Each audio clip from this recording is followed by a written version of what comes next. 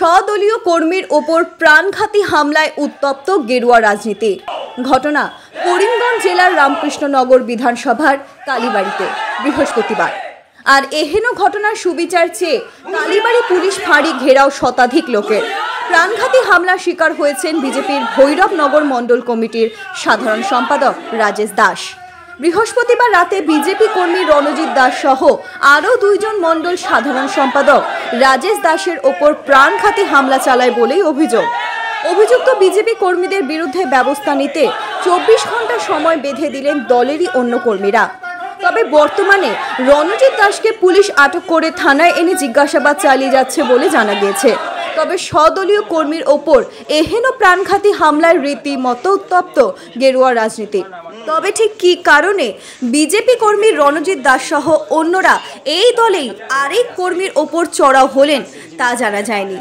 বিষয়টি গোটা রামকৃষ্ণনগরে আলোচনার কেন্দ্রবিন্দু হয়ে দাঁড়িয়েছে।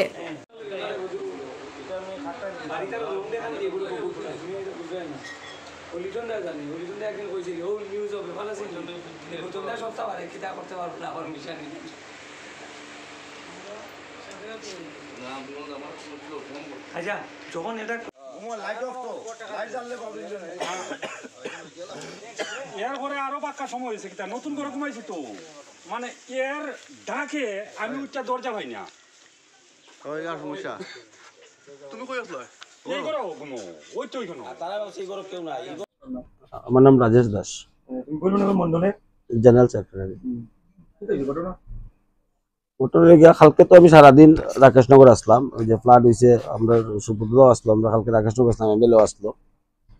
আর সন্ধ্যার পরে আমরা স্কুলও একটু রিলিফ টিলিফ বাটিয়া ক্যাম্পর রিলিফ টিলিফ বাটিয়া বাটার পরে বিধায়ককে ফোন করছেন আর কি যাওয়ার লাগি। আমি আমার লগে শিলবুত্রে লইয়া আমি এই রামকৃষ্ণনগর গেছি।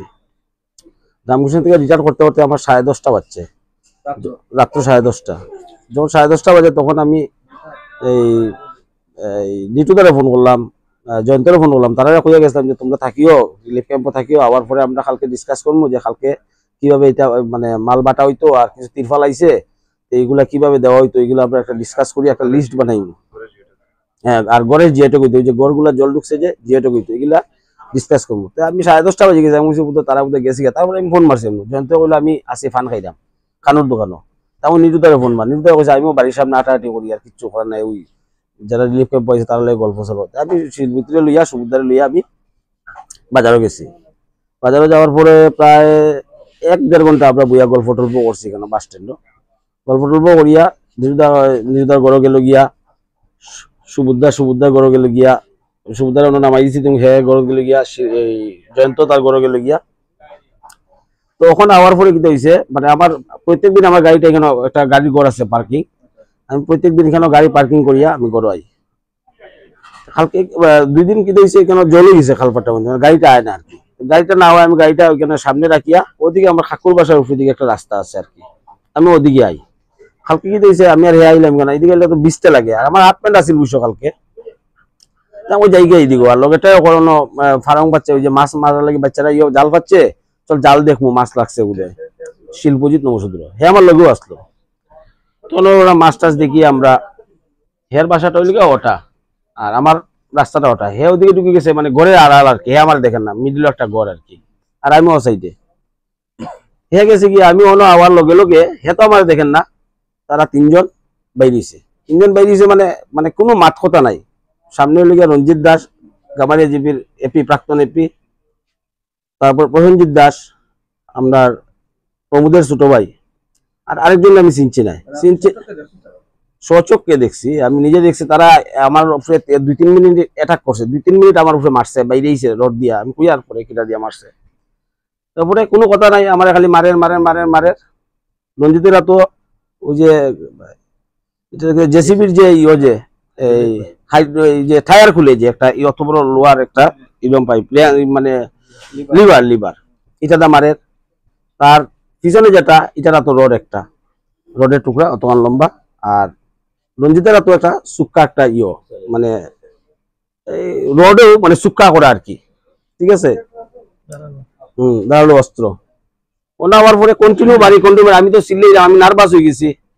শিলপুজিতে আজ্ঞা এরকম কইলাম, আর শিলপুজিতে ভাবছি কিন্তু যে আমরা মাছ দেখছি বোধহয়, কেন কোনো মাছ টাছ দেখে বোধহয় তারা ডাকলাম, আরামসে পেশাব টেসাব পড়ি আর আমার মারতে মারতে অন্তনে ওই যে আমার গাড়ির ঘরটা হনন হয়েছে গিয়া, হনন নেওয়ার পরে কিন্তু দেখা যায়, অত সময় কিন্তু গড়ের আড়ালো আসলাম, আমার দেখছে নাই, তখন হে দৌড়ে আইছে, দৌড়ে হয়েছে কুত্তার বেচা রঞ্জিত যেমনি হয়েছে চিল্লি মারছে, দুজনে যখন চিল্লাইছে তখন তো মানুষই শুনলেছে, তারা দরজা খুলে তারা বাগিয়া গেছে গিয়া, তখন তারা পিছিয়ে পিছিয়ে দৌড়ে গেছে, দৌড়িয়ে যাওয়ার পরে গিয়া দেখে অন্য আমরা এখানে মন্দির আছে কালী মন্দির, অন্য হাত নৌকা দিয়া তারা গেছি কেন, আমরা আছে তখন নৌকা টোকা নাই যে তারা পিছিয়ে পিছিয়ে যাইতাম বিকানো রাত্রেবেলা, তখন এখানে মাছ মারা একজন মানুষ আছিল, জিগাইলাম তারা কইছে এই মাত্র তারা 3 জন মানুষ, তারা মানে তারা এ দূর থেকে দেখছে তো, কইছে 3 জন মানুষ নৌকা টুটি এইদিকে গেছে গিয়া, মানে তিনজনও আপনার আক্রমণ করার লাগি 3 জন আক্রমণ করিয়া এখানে গড়ের পিছিয়ে লুকাইলা ছিল, আমি দেখছিও না, এখানে আওয়ার লগে লগে তারা 12 ইয়ার ডাইরেক্ট আমার উপরে এটা, মানে আপনার মারতে মারতে কতটুকু জায়গা এখান থেকে আমার প্রায় 50 মিটার দূর নিয়েছে, আমি চিল্লাইরাম কন্টিনিউ বাইরে, আর আমি হাত দিয়ে আটকাইরাম,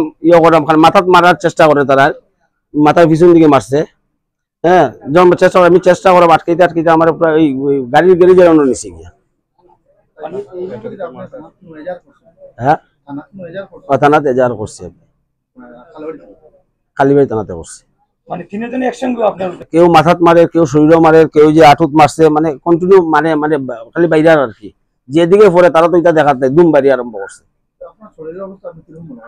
শরীরের অবস্থা তো আমার এখন মাথায় ঘুরে পড়ে, সকালেও বমি হয়েছে, রাত্রে যে সময় কেন মারছে লগে লগে বমি হয়েছে, পরে আমি আর কিচ্ছু কইতে পারি না, মানে আমার সেন্স গেছে কিছু নার্ভাস, আর সারাদিনের পরিশ্রম এর মধ্যে এখানে যে বাড়িটা পড়ছে, বাড়ি পড়ার লগে লগে আমার বমি হয়ে গেছে, বমি হওয়ার পরে আমার সেন্স গেছে গিয়া, তারপরে তো মেডিকেল করাইলো, তারা সিটি স্ক্যান দিছে, এক্সরে দিছে, এখন আমি শিলচর যাইতাম, একটু পরে আমি শিলচর যাইব করার সিটি স্ক্যান আর এক্সরে করার লাগে, তখন আপনি কি চাইলেন? তো খবর পাইছি সকালবেলা বোধহয় একজনের ধরছে, রঞ্জিত দাস সে ধরছে, আর আমি চাইলাম আরো যে 2 জন আসামি তারা ধরিয়া উপযুক্ত শাস্তি দেওয়া, ওটাই আমার মানে চাওয়া আর কি, কারণ এরকম ঘটনা রঞ্জিত দাসে গামারজীবী আর অনেকবার করছে, আর অনেকের সঙ্গে করছে, এটা গামারজীবীর সবেরই জানা আছে। গত কয়েকদিন আগে এই গামারজীবীর এই রাবার বাগানের নিচে একটা মানে অসহায় মেয়ে লোক তার হাজবেন্ডে আগে একবার মারিয়া আতুল ল্যাংটা করিয়া গড় বয়ে দিছে, তারপিছত ইয়ে করিয়া দুর্যোবস্তি তার জায়গাটা দখল করছে, তারপরে তার কিছুদিন আগে আমরা কাকু একজন গরিব চক্রবর্তী, মানে তারার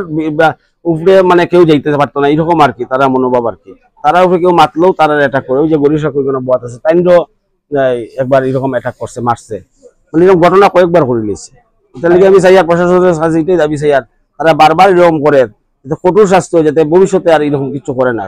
ঘটনা হয়েছে আমরা গতকালকে রাত্রে 12টার সময় আমরা বাজার থেকে রওনা দিছি বাসার উপলক্ষে, আমরা তো এইখানে আওয়ার পরে ভাই তো আমার হইলো ভাই তুই যাগি ওদিকে আমি যাগি ওদিকে, তার রাজেশ দাস হঠাৎ করে হইলো চল দুটা যাই মুগি দিকে লামিয়া, আওয়ার পরে ফারং 2টা পাইছি, ফারং 2টা আমরা দেখাত লাগছি, দেখাত লাগিয়া আমরা 5 মিনিট সময় গেছি, আমি কোন মাঝে ভাই তুই জাগি করো আমিও যাইলাম কি করো, আর আমি খালি গরুর বাইন্দা তুরছি, মানে আমার রাস্তা তুরছি, ভাই ওটা তুলে উঠতে সেটা কয় যে শিলপুরি আইরে আইরে, আমি বললাম কিতা হইলো মনে আশঙ্কা জিনিস একটা দেখছে, ও উদ্দেশ্য করে আমি দৌড়িয়ে নামছিলাম, আমার পরে তারা মারতে মারতে গাড়ি গিয়ে মারাত আরম্ভ করতেন তারা, তখন গিয়ে আমি ওটা তোর গাইল দিছি, বলছি রঞ্জিত কুত্তার বাচ্চা তোর তো আমি চিনি, তখন তারা মারতে মারতে তারা ফালাইয়া গেছেন গিয়া, তারপরে আমি তারা আটকানি লেগে তারা আমি ধরতাম পারছি না, আরো 3-4 জন মানুষ তারা পিছিয়ে দৌড়াইছে উঠিয়া সেটা আবার শুনিয়া দৌড়াইয়া, হ্যাঁ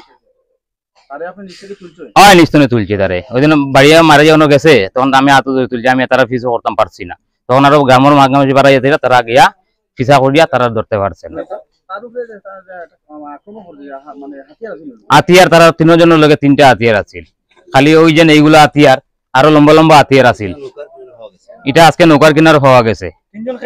3জন হইলে এপি রঞ্জিত দাস, এক প্রসঞ্জিৎ দাস, আর আরেকজনের এটা দেখছি না আমি, আমরা গ্রামের নাই, হাতিয়ারটা তো আজকে বাচ্চারা নৌকার কিনারে তারা যে উড়ছিল গিয়া, তারা বাচ্চারা ওখানে পাওয়া গেছে, বাচ্চা 2 জনে পাওয়া গেছে, ওই যে ওই তারা পাইছেন আজকে গিয়া নৌকার কেন গিয়া, তারা খেলাতে ছিল। আমরা ওদিকে যাইলাম, একটা দুবার কইছে কালকে মানে মাসে মানে এখানে কিছু ফালাইয়া গেছে, এবার দুবার কয় দেখ আমি রাজা কয় কিছু আসেনি দেখ, ওইদিকে এগে ইটা পাইছে, ওইদিকে দুবার কয় ইটা আসলো না, ওইদিকে শুভ গেছে, শুভ কয় ইটা লইয়া যাই চল, এবার দিকে আনছি ইটা মানে নৌকার সামনে। আমাদের পঞ্চায়েতের রাজেশ দাস আমার মন্ডলের সাধারণ সম্পাদক, তার উপরে প্রাণঘাতী হামলা হয়েছে। এই খবর পাইয়া সঙ্গে সঙ্গে আমি এবং আমার সংগঠনের যারা ছিল, গভীর রাত্রে ব্যাপার, মানে সবাই এই অল্প সময়ের মধ্যে যেভাবে ঝাঁপাইয়াছেন এবং আমাদের মানে প্রাণপ্রিয় বিধায়ক বা আমাদের সমষ্টির অভিভাবক যাকে বলি, উনিও মানে 1 সেকেন্ড কাল বিলম্ব করেন নাই, উনিও সাথে সাথে আসছেন। সেখানে এই রাজেশ দাসের অবস্থা সবকিছু দেখে তারপরে তাকে প্রশাসনকে বলে যান যে আজকে সকাল 10টার ভিতরে সব আসামি যাতে অ্যারেস্ট করা হয় এবং করে এটা ওদের বিহিত ব্যবস্থা করতে হয়। আমি আমাদের মণ্ডলের পক্ষ থেকে এবং ভারতীয় জনতা পার্টির সর্বস্তরের কার্যকর্তার তরফ থেকে আমি প্রশাসনের কাছে এই দাবি জানাচ্ছি, এই যে অতর্কিতভাবে তারা যেভাবে প্রাণঘাতী হামলা চালাচ্ছিল আমার সাধারণ সম্পাদক রাজেশ দাসের উপরে, আজকে কয়েকদিন যাবৎ ওরা যেভাবে এই বন্যায় কবলিত অঞ্চলে যেভাবে ত্রাণ তহবিল সাহায্য করে যাচ্ছে, আমি মানে ওদের কাজকর্ম দেখে খুবই আপ্লুত এবং ওদের যে কাজের প্রশংসা সবাই করছে, খুব সুন্দর সুষ্ঠুভাবে করছে। আপনারাও দেখেছেন যে গতকালকে এসেছিলেন শিবিরে, আপনারা এসে দেখে গেছেন তারা কি সুন্দর সুষ্ঠুভাবে পরিচালনা করছে, আমিও নিজে দেখছি। হয়তো অনেকে এটা প্রতিহিংসা হচ্ছে আমার মনে হচ্ছে, কিন্তু যাই হোক প্রতিহিংসা হোক আর যাই হোক, যারা এই ধরনের কাজ করছে ওদেরকে আমরা দুষ্কৃতী বলবো, যাতে কোনো দুষ্কৃতিকারী এটা রেহাই পাবে না। তারা ভাববে না যে রাত্রের অন্ধকারে লোকচক্ষের আড়ালে ওরা সরে যাবে। আমরা জনসমক্ষে ওদের সামনে আনবো এবং ওদের কঠোর থেকে কঠোরতম শাস্তি হবে। আজকে সকালবেলা আমার ডিস্ট্রিক্ট প্রেসিডেন্ট সুব্রত ভট্টাচার্য মহাশয়ের সঙ্গে আমার ফোন যুগে কথাবার্তা হয়েছে। উনিও ফ্লাডের জন্য আসতে পারেননি আজকে, নাহলে উনিও এখানে এসে পৌঁছিলেন। উনি আবার এই এসপি মহোদয়ের সঙ্গে কথা বলেছেন যে যাতে ওদের দুষ্কৃতিকারী যারা তাদের কঠোর থেকে কঠোরতম শাস্তি হয়। কারণ যে হামলা হয়েছিল সেই হামলা আজকে আপনারা দেখতে পেরেছেন, এই যে একটা অস্ত্র যেভাবে ধারালো অস্ত্র দিয়ে আঘাত করা হয়েছিল, ওকে একদম প্রাণে শেষ করে দেওয়ার পরিকল্পনায় ছিল। হয়তো ওরা ভেবেছে যে বোধহয় রাজেশ দাস মরে গেছে, কিন্তু রাজেশ দাসের মৃত্যু ওদের হাতে নেই।